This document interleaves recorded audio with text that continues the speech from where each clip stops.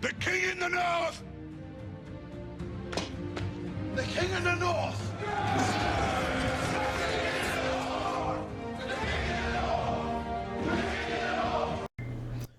Yo, as always, like, share, subscribe. Now let's just get into it. So Michigan will play Maryland this Saturday, 12 o'clock. I believe it's on Fox. And Maryland is 3-0. They just beat SMU. I believe the score was 34-27. So I'm just going to run over the player stats, some of their player stats, and then I'm going to get into it. So their quarterback is Baby Tua, as we all know. He's got a 68 completion, 77%, 895 yards this year. That's like 298 a game, 6 TDs, and two interceptions. Now, their leading receiver is Rakeem Jarrett, and he's got 11 receptions, 196 yards, 1 TD. Their second leading receiver is Ja'Shawn Jones. He's got 145 and 2 TDs. They also have another receiver. I'm not sure how you say his name. C. Dykes, I guess. He's got 102 yards on the season and a TD. So they've got 3 receivers that they're going to try to get it to. So, and they're very capable. Big, fast, tall receivers, kind of. Now, their leading rusher has 32 attempts and 294 yards. That's 9.2 yards a carry and 3 TDs. Roman Hemby. He's very capable. And also, Antoine Littleton, he popped out to me. He's more of a bigger power back from what I was seeing. So that's it right there. And also, the top defender, Biao, I'm not sure how you say this name. Braid, he's number 25. He's a safety. He's got 23 tackles on the season. He's got a forced fumble, and I believe he had an interception last game. So those are some of their top players that are their playmakers. Now, Maryland is a team that they kind of remind you of a poor man's Ohio State, I guess you would say. They've built up a lot of talent at receiver. They got a capable quarterback, but he's prone to make mistakes, which we'll get back to later. He's prone to make mistakes, and he's also mobile. But like I was saying on the Q&A video, he could run, but that's not what he wants to do.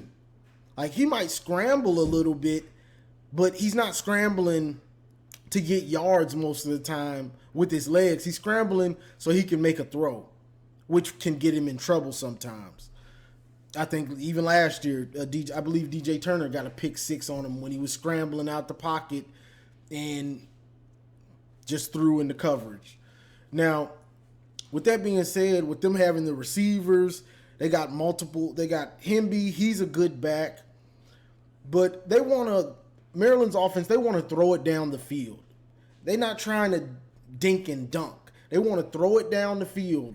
Big, long gains like an Ohio State wants to do. Now, when you play somebody like that, the thing that you want to do is make them be patient and drive the field slowly. So you would have 2 safeties back most of the time, or being maybe like a cover 3. So you want to make them drive the field and dink and dunk. Big play teams don't like to do that. So I wouldn't be surprised if we ran a little more zone in this game, or even kept 2 safeties back, just because Tua is the type of quarterback that when the offense is schemed to make big plays. So if that's what you want to do, you'll throw it up into coverage because you see something and you think you can make that throw, not knowing that there's a safety back there lurking. So that's a big thing. Now, like I was saying, their running back, Hemby, he's very capable. He looks good, honestly. So this is a game where the defense is going to be tested. This is a good test for the defense. I want to see how good the defensive line, because I don't I don't think teams should be able to run on us this year with Mozzie and Rashawn Benny and Mason Graham and Chris Jenkins and Kenneth Grant, and the list goes on and on. I believe this run defense should be very, very good. Like the strength of the defense, almost like the pass rushers were last year. So I'm looking for them to shut down the run to make Maryland one-dimensional to where it's all on Tua, and when it's all on him, I believe he'll be forced to make mistakes trying to go for big plays, especially if we get up early. But trying to go for big plays, trying to get the big gains, the over the tops and the deep posts and things like that. He's trying to get those big gains. Now, for Michigan, a weakness I saw in their defense, and one thing I will say, Ronnie Bell trying to break all them tackles. You best get down. You see 25, dude will light you up at safety. He'll light you up.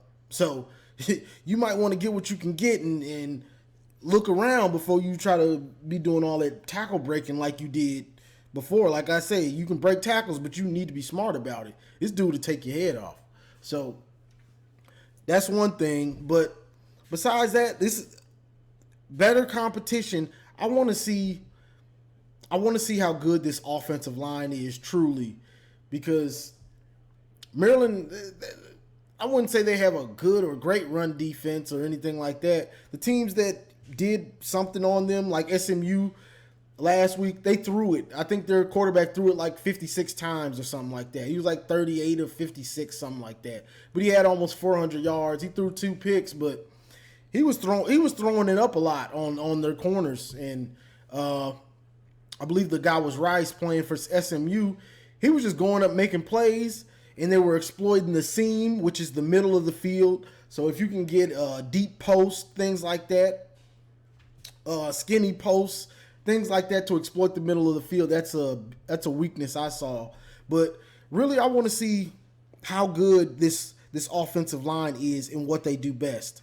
These first few games, that's what I'm trying to figure out, because playing those cupcakes, we didn't really get a real feel for how good the offensive line was, whether it was pass blocking or run blocking, because Cade got sacked sometimes when he came in, which I take with a grain of salt because he, but we didn't get big long runs also in the run game. So I'm not sure how good this offensive line is at run blocking or pass blocking, which one they're best at. So I'm waiting to see, because we know Harbaugh wants to run the rock. We all know that's his bread and butter. That's what he wants to do. And they say they want to be balanced, but come on, we know what Harbaugh really wants to do. So that's what I'm looking for. And honestly, just stretching the field more, because their DBs, plays can be made on them. Like the receiver for Rice, he was just going up making big time catches, and they were just watching him. So not to say that we have to do that, but we've got the athletes. I think we got better athletes at receiver than Rice. So you can throw that thing up and let these dudes make plays. That's part of football. I got a better receiver than you. I'm about to throw it up. What you gonna do about it? If you ain't got no safety over the top to help your corner, I'm throwing it up. You're done. So I'd like to see more of that. And also, I'm sure we're going to do the screen game, which I like, which helps to bring those corners up. And then you go deep. But honestly, with us playing those cupcakes, I'm still trying to get a bead on what this offense's bread and butter will be. Will it be the run game, or will the pass game be the strength of this offense? So honestly, I'm still trying to see about the offense myself. But for the defense, and also before I get off the offense, and also I saw them having trouble with scrambling quarterbacks. Everybody has trouble with that. But I think JJ will be able to make some plays outside of the pocket hopefully he's smart about that. But there's definitely plays for him to exploit that defense when something breaks down. Because from me watching multiple Maryland games, that it happened in multiple Maryland games. They were getting exploited by a running quarterback scrambling out of the pocket, making plays. Now, with the defense, we're all wondering, we want to see how we handle getting pressure on the quarterback. Now, with this being a game that matters, don't be surprised 3rd and long if we blitz him just to get the ball out of his hands. Now, he is mobile. Even though he doesn't want to run, he can run if he was just to choose to, but he's not that type of player. He doesn't like to do that. But 3rd and longs, things like that, it's important that if you get there, you get there. Don't let him get away so he can scramble and then, now he can make plays or go get it with his legs if he decides to. So that's the thing. And also, when we don't blitz, can we get some type of pressure? I'm gonna be really watching this game to see who's in certain situations, 3rd and longs, who are the edge rushers. So that's just big. And just like last year, as great as we were last year, I don't think we sacked the Maryland. I don't think we sacked Tua last year in this game, because by that time last year the game was late in the season. It was late in the season, but this year it's earlier. But we didn't have any sacks against them last year, and that's because of their scheme, either getting rid of it early because they know we're trying to get to the quarterback and you'll get there fast, just similar to this year, except we're blitzing. So you can get rid of it fast with throws to the running backs and flats and screens and things like this. But the base of their offense is taking shots deep. They're trying to go deep. But to get deep, you gotta have time to throw those deep balls, deep passes. Now, also, last thing, and I'm gonna get off of here. The corners. This is a great test for DJ Turner and Jamon Green, so we can also see how good they actually are. But and also the safeties. Me personally, I'd leave a safety over the top. I wouldn't run that much one high safety unless I was just in a cover 3 or something, which is one corner dropping. He's got deep third. You got a middle safety. He's got deep middle, and then the other corner has deep third. So unless I was in a cover 3, I'd have probably 2 safeties high most of the time, just before I can see how good my pass rush is going to be, or if I would have to blitz. But that's just me. So that's what I got on this one, y'all. Honestly, watching the game and just seeing what we do, I don't think many people know exactly what our bread and butter is right now. Honestly, and if you, unless you're on the team and know exactly what they want to do, as fans and just analysts, you don't really know. All you can do is go off of last year. Well, Harbaugh normally wants to run the ball, but we've been quite balanced, but something has to be your strength, and I don't think we know it yet. Last year, around this time, we probably had about 600 rushing yards. This year, I know it's not even close to that. I know this year it's not even close to that. So, let's just see real quick. Let me just see real quick. This year, Corum has 235. CJ Stokes has 114. Donovan Edwards has 90. Isaiah Gash has 75. McCarthy has 75. So it's probably more than I expected. Ronnie Bell's got 181 receiving. Roman Wilson's got 171. So it's a little more balanced than I expected, but a lot of these yards are on backups. Like CJ Stokes' yards are mostly backups. Even Donovan Edwards' yards were mostly on backups. Isaiah Gash, those were on backups. So now even some of JJ's were on backups. So I'm talking about yards like Blake Corum's yards. Those are all against first teamers. You know what I'm saying? Like last year, they were killing guys in the run game against first teamers. Like Hassan and Blake were getting tons of yards. We knew what our identity was. This year, I'm not so sure yet. Last year, we knew this is a running team. We see they're establishing it. This is what they are, and it's hardball, so we know. This is a running team. This year, I'm not so sure if that's the best option, especially with JJ. But that's just me, and we're going to find out.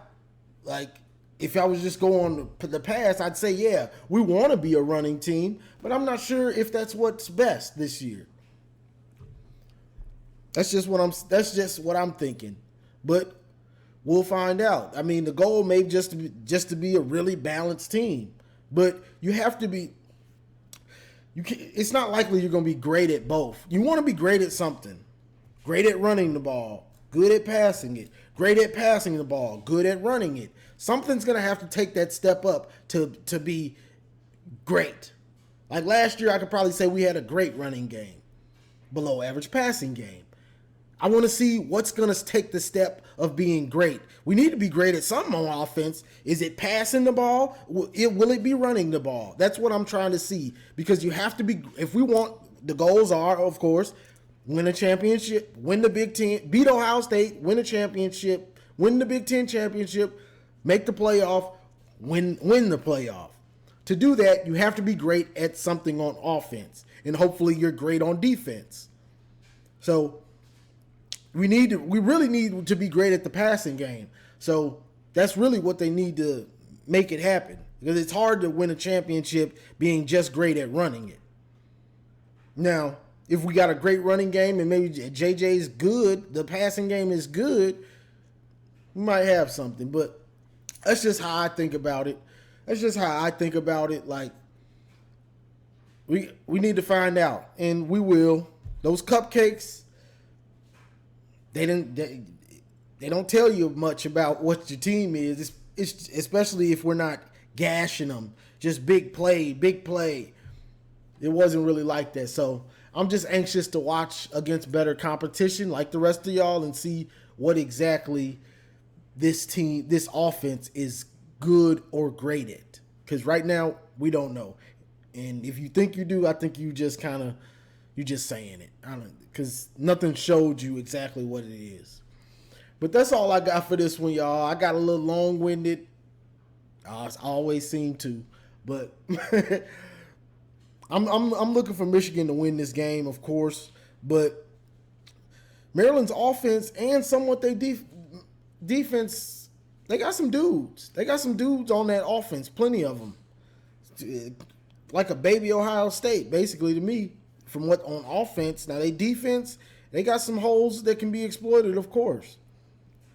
But you still got to go execute. So I'm anxious to see this. Of course, I got Michigan winning, but I'm anxious to see how we do it. Now, like, share, subscribe, and as always, go blue. It's great to be a Michigan Wolverines. Great.